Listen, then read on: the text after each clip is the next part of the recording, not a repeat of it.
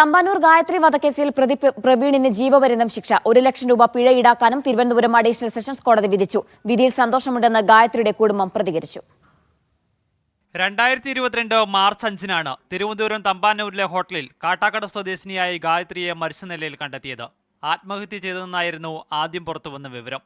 പിന്നീട് നടത്തിയ അന്വേഷണത്തിലാണ് ഗായത്രിയെ കൊലപ്പെടുത്തിയത് പ്രവീണാണെന്ന് തെളിഞ്ഞത്. വിവാഹിതനും 2 കുട്ടികളുടെ പിതാവുമായിരുന്നു പ്രവീൺ.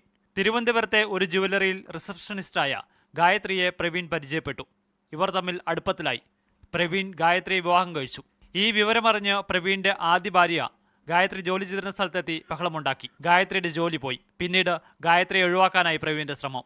അങ്ങനെയാണ് ഗായത്രിയെ തമ്പാനൂരിലെ ലോഡ്ജിലെത്തിച്ച് കഴുത്ത് ഞെരിച്ച് കൊലപ്പെടുത്തിയത്. കേസിൽ ദൃക്സാക്ഷികളുണ്ടായിരുന്നില്ല. പ്രവീണിന്റെ വിരലടയാളം മുറിയിൽ നിന്ന് കണ്ടെത്തിയിരുന്നു. ഇതടക്കമുള്ള തെളിവുകൾ പരിശോധിച്ചാണ് പ്രവീണിന് ജീവപര്യന്തം ശിക്ഷ തിരുവനന്തപുരം അഡീഷണൽ സെഷൻസ് കോടതി വിധിച്ചത്.